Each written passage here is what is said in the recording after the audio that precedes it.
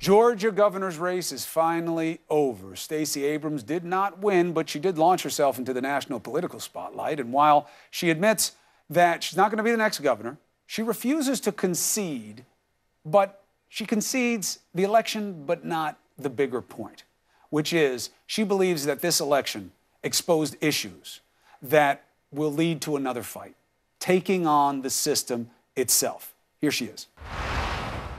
Ms. Abrams, thank you very much for taking the opportunity. Thank you for having me.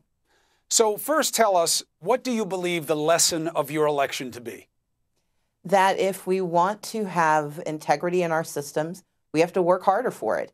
I think for too often and for too long, we've taken for granted that the machinery of democracy will work. And I think my election and this year's elections in our state demonstrated that in Georgia, that machinery is broken and we have to do something to repair it.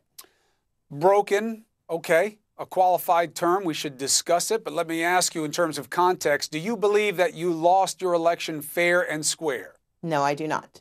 You think you should have won? No, I'm saying that we won't know because we had a Secretary of State who served both as the player, the umpire, the player, the referee, and at the end of the game, the judge as well. And the challenge with that is that you can never be certain. We do know that for 8 years, he systematically dismantled the machinery of democracy. He disenfranchised voters. He disinvested from counties.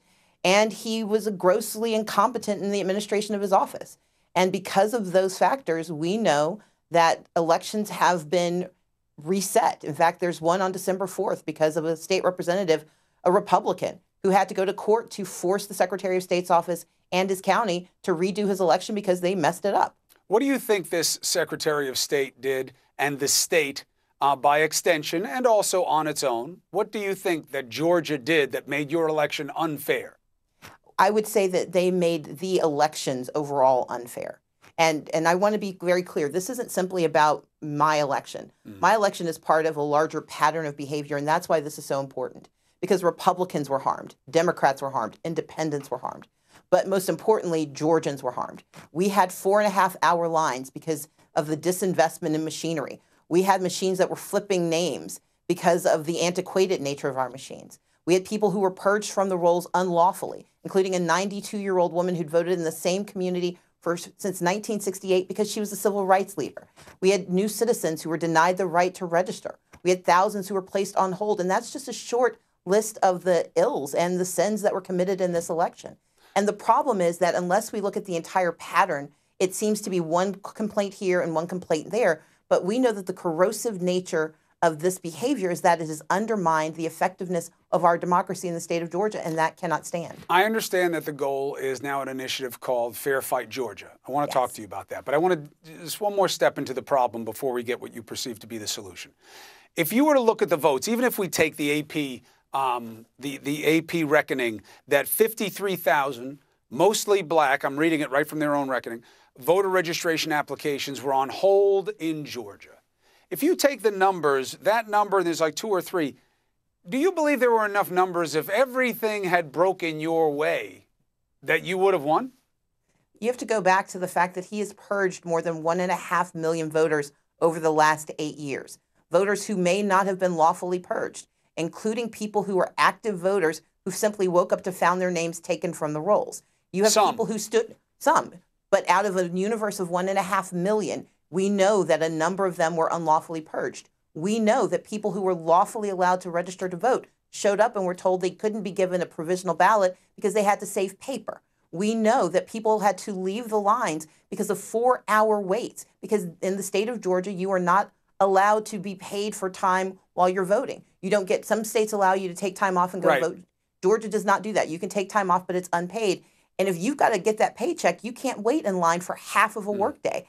And so we do not know how many voters were turned away or disenfranchised or who simply didn't bother because they applied for absentee ballots that didn't arrive until Election Day and they live out of state and did not have time to return those ballots. And then you have the argument. You have the argument of whether or not these problems are endemic or whether they're de minimis, and that's part of what you're trying to do with Fair Fight Georgia is to bring it out. And I want to talk to you about that. You know, somebody gave me a good idea the other day that what we should do is we should couple Veterans Day with Elections Day, make it a national holiday, and put it in the middle of the week on a Wednesday, So you get off. It's in a place where you can't just stretch it into a long weekend, right? Because then people won't vote anyway. And you encourage involvement in the process, respect for the veterans. You have a national holiday so everybody's off. So we're all thinking about remedies. That one struck me as interesting. You have a different remedy, which is a pursuit of changes to the law. Fair Fight Georgia. How would that fix it?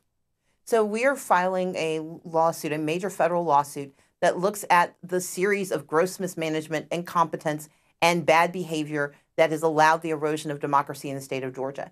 And our complaint is actually going to try to find several legal remedies. In fact, we already had 4 different federal judges who, in the span of 10 days, agreed with us that the administration of the elections in the state of Georgia were so flawed that they forced better behavior. What I want us to do is to understand all of those flaws and try to fix the systemic issue. Because the challenge is, if you only attack one piece or another piece, then you're missing the whole problem. And the whole problem is that when people are disenfranchised, if it's one person or another person, then they feel they're alone in the problem. But if that aloneness is aggregated, if we can see the full picture, then we can tackle the entirety of the issue. Because for me, this isn't about just my election. It's about the next election. We have municipal elections coming up in 2019. Mayors, city council members, they need to know that they have a fair fight. 2020 is coming, and now that Georgia is a swing state, we need to make certain that the elections in that year are the right ones and that people can trust the results. And that's what I'm going to fight for. I want to give you a chance to explain something that a lot of people have a hard time with. The idea of showing ID to vote makes a lot of sense to people. Why wouldn't you? You know, so many people have it. This is the argument. So many people have ID, you know, all kinds of legal ID. You use it in so many other phases of life. Why shouldn't we? If voting matters so much, why shouldn't we show ID? What's your counter? So identification has always been part of the process. The issue is the type of identification that is now being required, because the type of identification that's being required is often difficult for certain folks to get access to. If you don't drive, if you don't live near the communities where DMVs are available, because in the state of Georgia, you can't just walk into any place and get a license. If you can't afford it because it's too expensive, if you grew up in a community where you didn't have a birth certificate, and that is true for a lot of elderly people in the Deep South, there are lots of impediments. And what has happened is that people who were eligible to vote before, because identification has always been a part of the process, but what's happened is they've constrained the level of ID that's allowed. And we watched that happen in North Dakota, where they took away the right to vote for Native Americans by putting in place what sounds normal to anyone else. Oh, it's just a street address. But if you live on a reservation, that is not normal. And it was intentionally designed to disenfranchise communities.